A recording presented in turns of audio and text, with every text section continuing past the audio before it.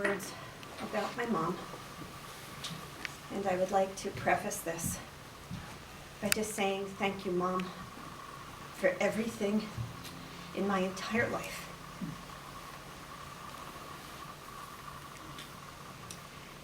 Grace. Just think about that word for a moment. Grace. When I was in the hospital with Mom last week, Dad called and asked how everything was going, knowing that I had been existing on about 2 to 3 hours of sleep for the past couple of weeks. I replied, "I am here by the grace of God." And I was, both figuratively and literally. I was right there in the hospital, next to the grace of God. My mom was named after our Lord's mother, Hail Mary, full of grace. And what an apt name it was. She was born right here in Secaucus, in a private home on Maple Street. Mom and her family didn't always have it easy. She told of many years of hard times when there was no food available except for the pigeons that would land in their yard. And there were jobs, like my grandfather being a police officer here in Secaucus, but no money in the bank to pay her dad's salary. But they tenaciously got through it by the grace of God. At the age of about 12, she and her brother went sledding, and she was in a terrible accident where her leg was nearly amputated. By the love and devotion of her mother, my Grandma Rose, the intercession of St. Martin de Porres, and the grace of God, her leg was saved. On that leg, she became a cowgirl and a champion team with her horse Cindy, a Copa girl, a model, and a ballroom dance instructor, fighting through and defying all odds. She was witty and sharp and always had a snappy comeback, earning her the nickname of Snapdragon from her dad, and later earning her the utmost respect from all of my school teachers who never addressed her with the familiar grace, always the most respectful Mrs. Tanner. She was the best raconteuress that I have ever known. People would sit rapt, listening to her, and would be amazed at the life stories she could tell. To me, this recounting of the extraordinary was de rigueur, and I thought everyone had similar experiences. Sometimes when you grow up immersed in the exceptional, you don't know any other way. I found out later that this was not the case with others at all. And I appreciate that fact more and more with each passing year. I now have a story of my own to tell of her passing, of golden light and that enraptured smile that I will carry in my heart always. If you haven't heard it yet, please ask me. I'd be happy to share it with you. My mom always put me before herself. Sometimes that meant making every one of my birthday parties so memorable, inviting not only every kid we knew on the block, but also all of their brothers and sisters, making it a true event, and making me feel so very, very special. Sometimes that meant piling 12 people plus 2 guitars into my dad's station wagon, driving back and forth in snow to Godspell rehearsals. Sometimes that meant driving with my dad 7 hours up to and driving 7 hours home from New Hampshire every weekend for years to see each show while I was in summer stock. All the actors I worked with were always so happy to see my mom and dad, and always so impressed with their constant support. They all wanted to adopt Mom as their own. Sometimes that meant buying and schlepping bags and bags of food to the hospitality table backstage for the cast and crew of the Park Theater while I was directing the Passion Play. Before every performance, my mom was always there and would give me the thumbs up sign, the same signal the fighter pilots used in World War II to communicate all was ready for takeoff. If we were out together and my mom and dad dropped me off in the car, once I was safely inside, she would open the car window and give me a thumbs up when they were leaving, which I could see from 3 stories up from the window of my condo. She was with me every step of the way by the grace of God. Her love for spending time with family down the shore every summer became an integral part of me and some of the happiest times of my life. My Aunt Gingin, Uncle Jewel, and Uncle Bill, Aunt Teddy, and my dear cousin Billy were without TV on the beach, unplugged and offline, as they would say today, renewing our ties, really talking, and bonding our family closer with each year. She had a love for, the talent for, and gave me the gift of loving dance. It was a big part of her life and also mine, part of our identity. My friend David once told me that being a dancer was like being a Marine.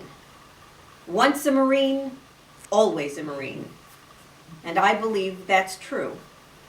Once a dancer, always a dancer. She had a love for and taught me poetry that she had learned as a child, and whenever it snowed, we would call each other on the phone and recite the first 3 stanzas of the first snowfall together by rote. She had a soft spot for our 4-legged family too, loving cats and dogs, one time scooping up 2 litters of kittens and mom cats that had given birth on our front porch, and giving all of them a permanent home in our house, annoying the dog, and there all of them stayed till the end by the grace of God. There were so many things, even small, simple things, that this world no longer held for her. The last thing she had was music. She told me about riding on the back of the trolley car on Patterson Plank Road with her mom and singing cowgirl songs while people stared at this little singing girl as my grandmother politely smiled back. She loved to listen to me sing, and recently I got to sing to her every day.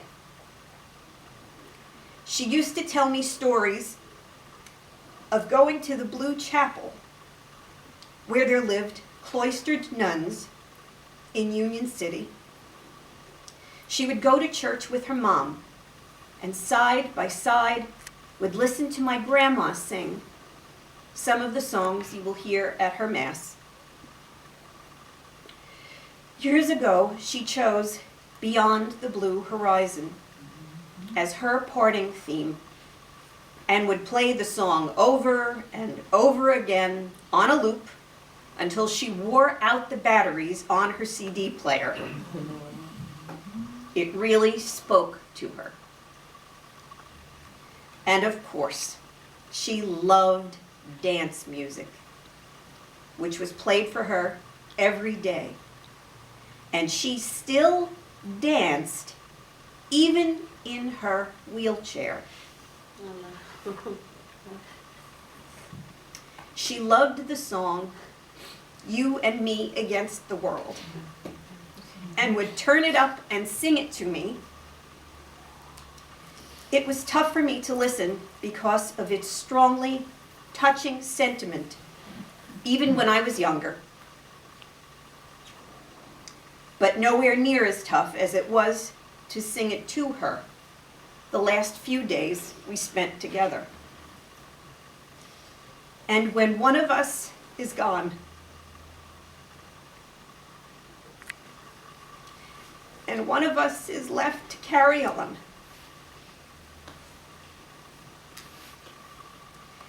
then remembering will have to do. Our memories alone will get us through. I would cry at the thought of ever losing her. And she would say, when I go, don't you cry, because you have nothing to cry about.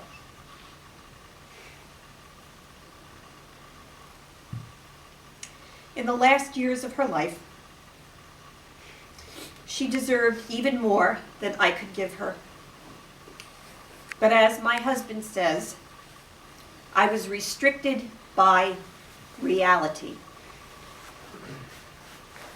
I have always prayed to God that my mom would know how much I loved her, because I certainly always knew how much she loved me. I always wanted to show her more love or do something for her to make her more comfortable. Most recently, she was in a great deal of pain, and I misplaced my glasses at the hospital.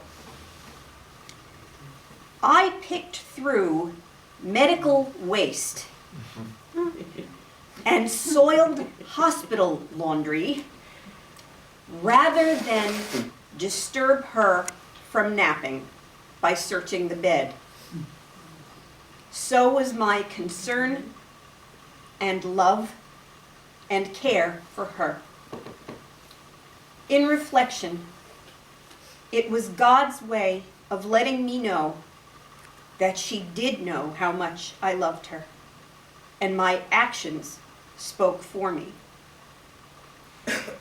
For 7 years now, when Josh and I arrive in the evening, Falstaff, our cat, greets us, happy for some attention and affection he's been waiting for all day.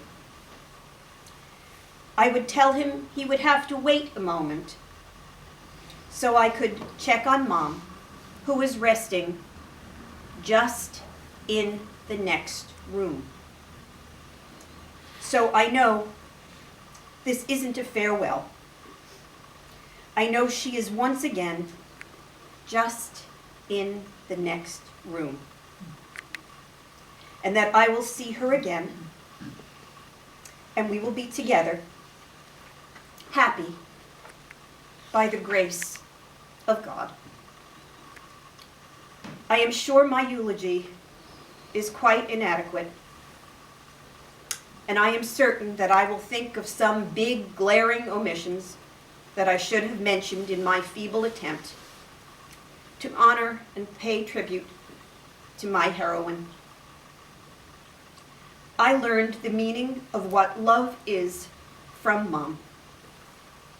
Hers was an inimitable style in everything she did, everything she touched, and every person she influenced. She was generous in all things, earning my dad's nickname, Lady Bountiful. She supported me through every endeavor of my life. She was strong, and she made me strong.